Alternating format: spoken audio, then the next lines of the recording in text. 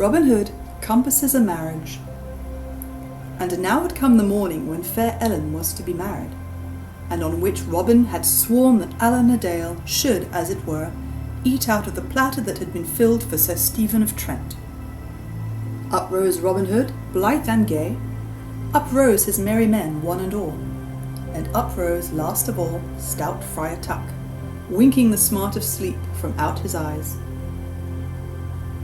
Then, while the air seemed to brim over with the song of many birds, all blended together, and all joying in the misty morn, each man raved face and hands in the leaping brook, and so the day began. Now, quoth Robin, when they had broken their fast, and each man had eaten his fill, it is time for us to set forth upon the undertaking that we have hand in hand for today. I will choose me 100 of my good men to go with me, for I may need aid, and thou, Will Scarlet, wilt abide here and be the chief while I am gone. Then searching through all the band, each man of whom crowded forward eager to be chosen, Robin called such as he wished by name, until he had 100 of stout fellows, the very flower of his yeomanry. Besides Little John and Will Stutely, were nigh all those famous lads of whom I had already told you. Then while those so chosen ran leaping full of joy to arm themselves with bow and shaft and broadsword, Robin Hood stepped aside into the covert, and there donned a gay beribboned coat, such as might have been worn by some strolling minstrel, and slung a harp across his shoulder, the better to carry out that part. All the band stared, and many laughed, for never had they seen their master in such a fantastic guise before.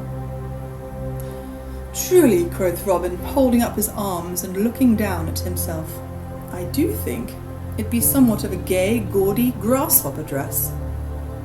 But it is a pretty thing for all that, and doth not ill befit the turn of my looks, albeit I wear it but for the nonce.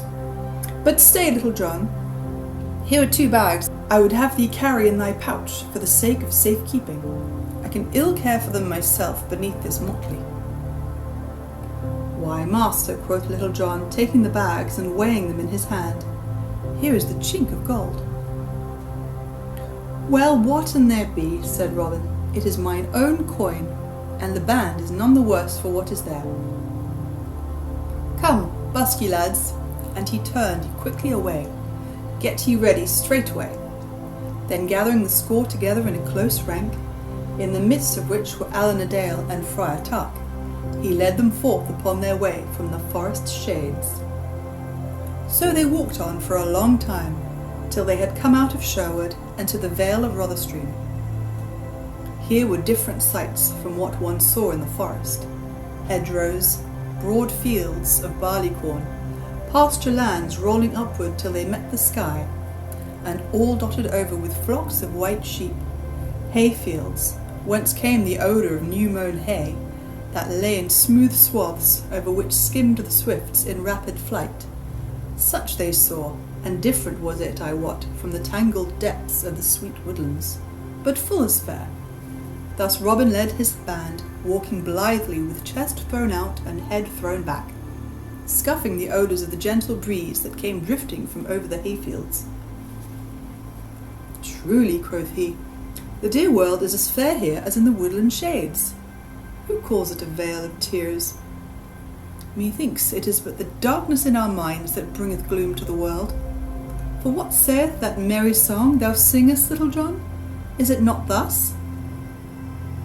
For when my love's eyes do thine, and when her lips smile so rare, the day it is jocund and fine, so fine, though let it be wet or be fair, and when the stout ale is all flowing so fast, our sorrows and troubles are things of the past. Nay, said Friar Tuck piously, ye do think of profane things and of naught else. Yet truly there be better safeguards against care and woe than ale-drinking and bright eyes, to wit, fasting and meditation. Look upon me. Have I the likeness of a sorrowful man? At this a great shout of laughter went up from all around, for the night before the stout friar had emptied twice as many cannikins of ale as any one of all the merry men. Truly, quoth Robin, when he could speak for laughter, I should say that thy sorrows were about equal to thy goodliness. So they stepped along, talking, singing, jesting, and laughing, until they had come to a certain little church that belonged to the great estates owned by the rich priory of Emmet. Here it was that fair Ellen was to be married on that morn, and here was the spot toward which the yeomen had pointed their toes. On the other side of the road, from where the church stood with waving fields of barley around, ran a stone wall along the roadside. Over the wall from the highway was a fringe of young trees and bushes, and here and there the wall itself was covered by a mass of blossoming woodbine that filled all the warm air far and near with its sweet summer odour. Then straightway the yeoman leapt over the wall, alighting on the tall soft grass upon the other side, frightening a flock of sheep that lay there in the shade, so that they scampered away in all directions. Here was a sweet cool shadow, both from the wall and from the fair young trees and bushes, and here sat the yeomen down, and glad enough they were to rest after their long tramp of the morning. Now, quoth Robin, I would have one of you watch and tell me when he sees anything coming to the church, and the one I choose shall be young David of Doncaster. So get thee upon the wall, David, and hide beneath the woodbine so as to keep watch. Accordingly young David did as he was bidden, the others stretching themselves at length upon the grass, some talking together and others sleeping. Then all was quiet, save only for the low voices of those that talked together, and for Alan's restless footsteps pacing up and down, for his soul was so full of disturbance that he could not stand still, and saving also for the mellow snoring of Friar Tuck, who enjoyed his sleep with a noise as one of sawing soft wood very slowly. Robin lay upon his back and gazed aloft into the leaves of the tree, his thought leagues away, and so a long time passed. Then up spake Robin. Tell us, young David of Doncaster, what dost thou see? Then David answered, I see the white clouds floating, and I feel the wind a-blowing, and 3 black crows are flying over the world. But naught else do I see, good master.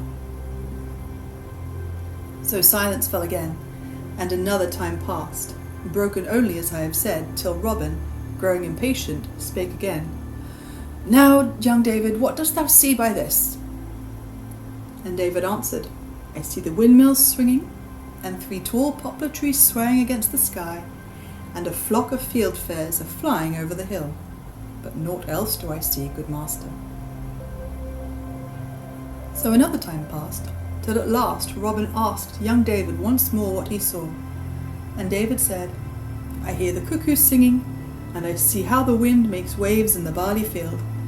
And now over the hill to the church cometh an old friar, and in his hands he carries a great bunch of keys. And lo, now he cometh to the church door. Then up rose Robin Hood and shook Friar Tuck by the shoulder. Come, rouse thee, holy man. Whereupon, with much grunting, the stout Tuck got to his feet. Marry, bestir thyself, quoth Robin, for yonder in the church door is one of thy cloth. Go thou and talk to him, and so get thyself into the church, that thou mayest be there when thou art wanted. Meantime, Little John, Will Stutely, and I will follow thee anon. So Friar Tuck clambered over the wall, crossed the road, and came to the church, where the old friar was still labouring with the great key, the lock being somewhat rusty, and he somewhat old and feeble. Hello, brother, quoth Tuck, let me aid thee. So saying, he took the key from the other's hand, and quickly opened the door with a turn of it. Who art thou, good brother? Asked the old friar in a high, wheezing voice. Whence comest thou, and whither art thou going? And he winked and blinked at stout Friar Tuck like an owl at the sun. Thus do I answer thy questions, brother, said the other. My name is Tuck, and I go no farther than this spot, if thou wilt haply but let me stay while this same wedding is going forward. I come from Fountaindale, and in truth am a certain poor hermit, as one may say, for I live in a cell beside the fountain blessed by that holy Saint Ethelred. But if I understand aught, there is to be a gay wedding here today. So if thou mindest not, I would fain rest me in the cool shade within, for I would like to see this fine sight. Truly thou art welcome, brother, said the old man, leading the way within. Meantime, Robin Hood, in his guise of harper, together with Little John and Will Stutely, had come to the church. Robin sat him down on a bench beside the door, but Little John, carrying the 2 bags of gold, went within, as did Will Stutely. So Robin sat by the door, looking up the road and down the road to see who might come. Till after a time he saw 6 horsemen come riding sedately and slowly, as became them, for they were churchmen in high orders. Then, when they had come nearer, Robin saw who they were and knew them.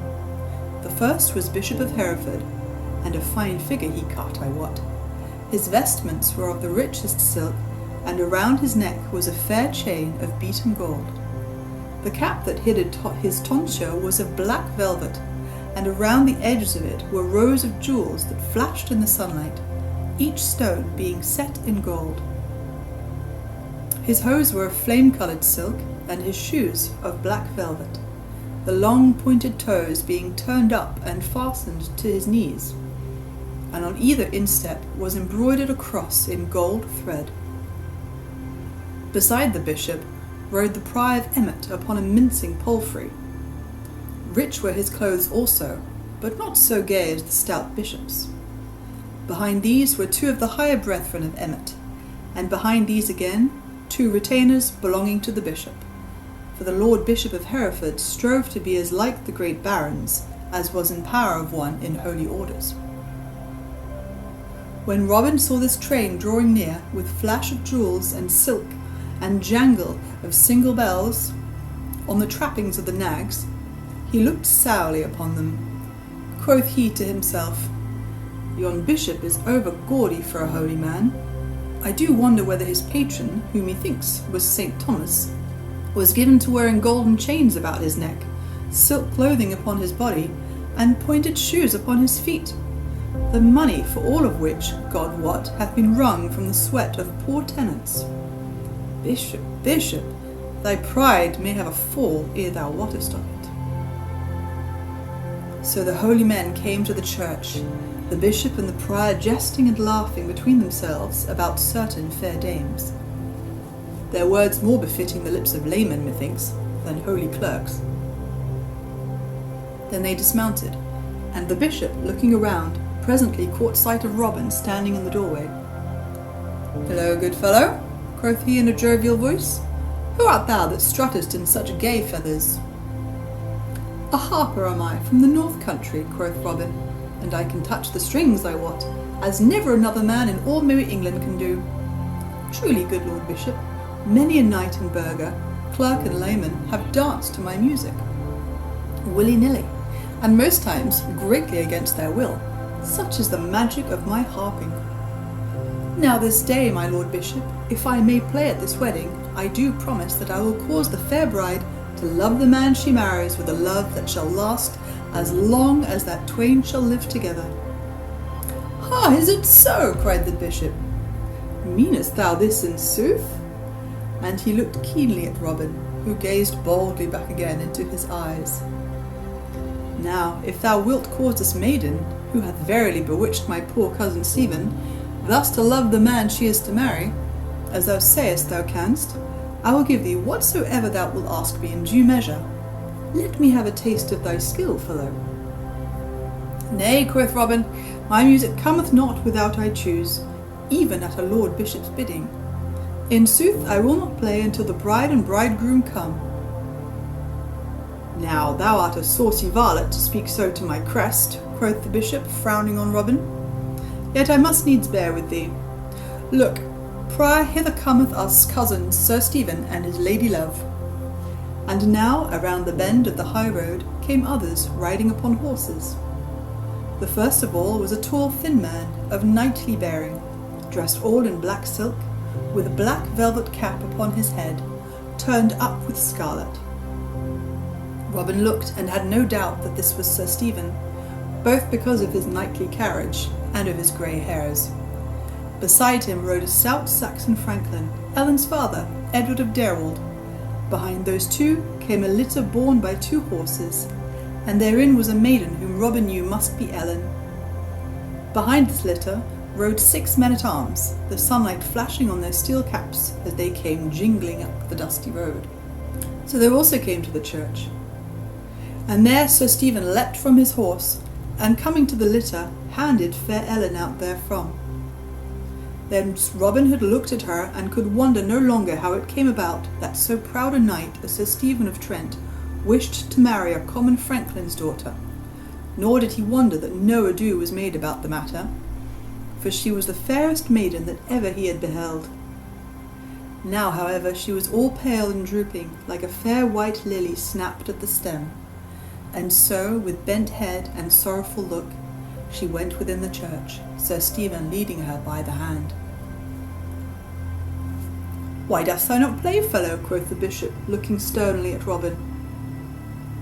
"Marry," said Robin calmly, "I will play in greater wise than your lordship thinks, but not till the right time hath come." Said the bishop to himself while he looked grimly at Robin, "When this wedding is gone by, I will have this fellow well whipped for his saucy tongue and bold speech." And now fair Ellen and Sir Stephen stood before the altar, and the bishop himself came in his robes and opened his book, whereat fair Ellen looked up and about in bitter despair, like the fawn that finds the hounds on her haunch. Then in all his fluttering tags and ribbons of red and yellow, Robin Hood strode forward. 3 steps he took from the pillar whereby he leaned, and stood between the bride and the bridegroom. "Let me look upon this lass," he said in a loud voice. "Why, how now? What have we here? Here be lilies in the cheeks, and not roses such as befit a bonny bride. This is no fit wedding. Thou, Sir Knight, so old, and she so young, and thou thinkest to make her thy wife? I tell thee it may not be, for thou art not her own true love." At this all stood amazed, and knew not where to look, nor what to think or say, for they were all bewildered with the happening. So while everyone looked at Robin as though they had been changed to stone, he clapped his bugle horn to his lips, and blew 3 blasts, so loud and clear, they echoed from floor to rafter, as though they were sounded by the trump of doom. Then straightway Little John and Will Stutely came leaping, and stood upon either side of Robin Hood, and quickly drew their broadswords, the while a mighty voice rolled over the heads of all. "Here be I, good master, when thou wantest me." For it was Friar Tuck that so called from the organ loft. And now all was hubbub and noise. Stout Edward strode forward raging, and would have seized his daughter to drag her away, but Little John stepped between and thrust him back. "Stand back, old man," said he. "Thou art a hobbled horse this day." "Down with the villain!" cried Sir Stephen, and felt for his sword, but it hung not beside him on his wedding day. Then the men-at-arms drew their swords, and it seemed like that blood would wet the stone. But suddenly came a bustle at the door, and loud voices. Steel flashed in the light, and the crash of blows sounded. The men-at-arms fell back, and up the aisle came leaping 18 stout yeomen, all clad in Lincoln green, with Alan a Dale at their head. In his hand he bore Robin Hood's good stout trusty bow of yew, and this he gave to him, kneeling the while upon the knee.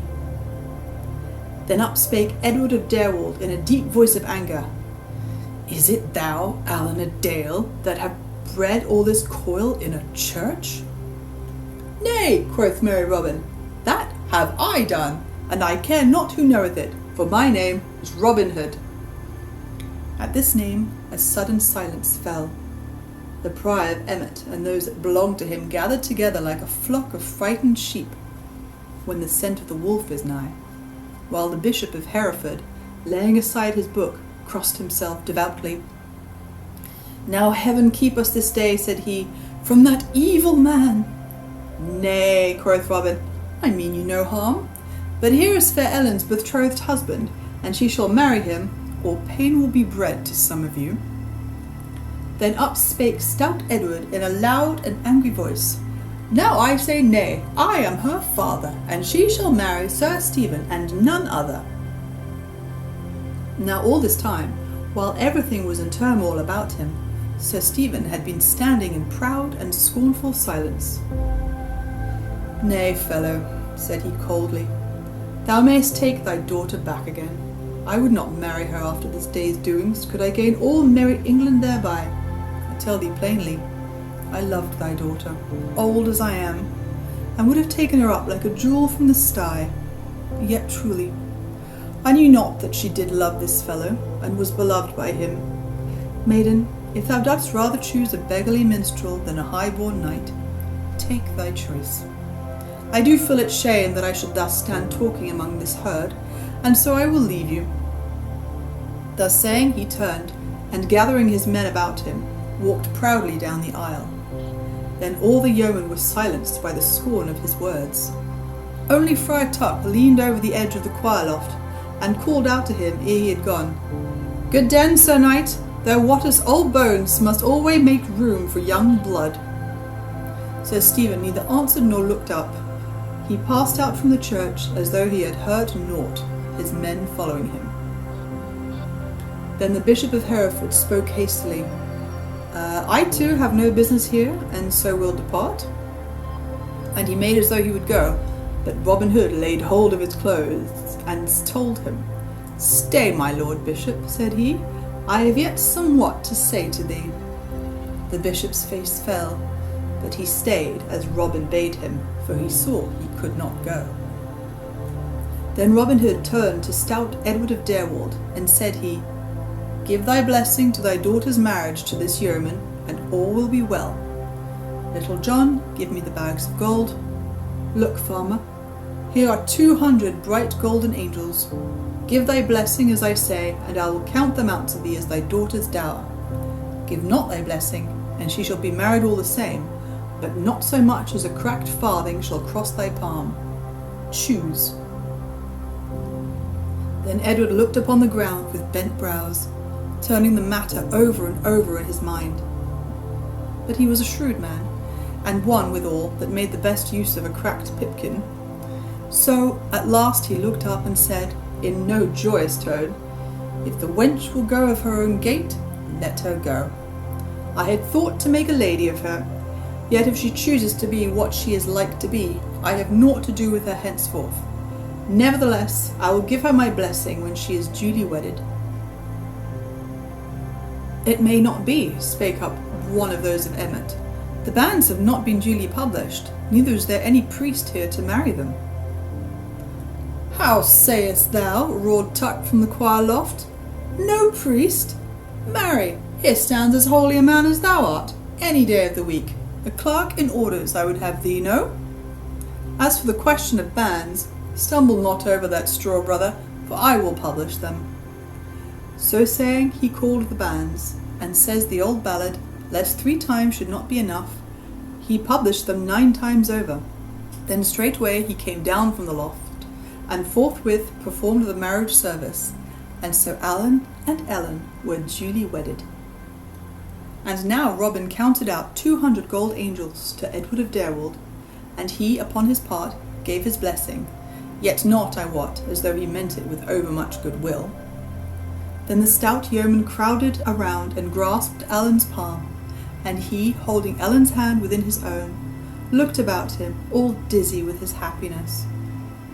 Then at last jolly Robin turned to the Bishop of Hereford, who had been looking out on all that passed with a grim look. "My Lord Bishop," quoth he, "thou mayest bring to thy mind that thou didst promise me that did I play in such wise as to cause this fair lass to love her husband, thou wouldst give me whatsoever I asked in reason." I have played my play, and she loveth her husband, which she would not have done but for me. So now I fulfil thy promise. Thou hast upon thee that which, methinks, thou wouldst be the better without. Therefore, I pray thee, give me that golden chain that hangeth about thy neck as a wedding present for this fair bride. Then the bishop's cheeks grew red with rage, and his eyes flashed. He looked at Robin with a fell look, but saw that in the yeoman's face which bade him pause. Then slowly he took the chain from about his neck, and handed it to Robin, who flung it over Ellen's head so that it hung glittering about her shoulders. Then said merry Robin, I thank thee, on the bride's part, for thy handsome gift, and truly thou thyself art more seemly without it. Now shouldst thou ever come nigh to Sherwood, I much hope that I shall give thee there such a feast as thou never had in thy life before. May heaven forfend, cried the bishop earnestly, for he knew right well what manner of feast it was that Robin Hood gave his guests in Sherwood Forest. But now Robin Hood gathered his men together, and, with Alan and his young bride in their midst, they all turned their footsteps toward the woodlands. On the way thither, Friar Tuck came close to Robin and plucked him by the sleeve. Thou dost lead a merry life, good master, quoth he. But dost thou not think it would be for the welfare of all your souls to have a good stout chaplain, such as I, to oversee holy matters? Truly, I do love this life mightily. At this merry Robin Hood laughed amain, and bade him stay, and become one of their band if he wished. That night there was such a feast held in the greenwood at Nottinghamshire never saw before. To the feast you and I were not bidden, and pity is we were not. So lest we should both feel the matter more keenly, I will say no more about it.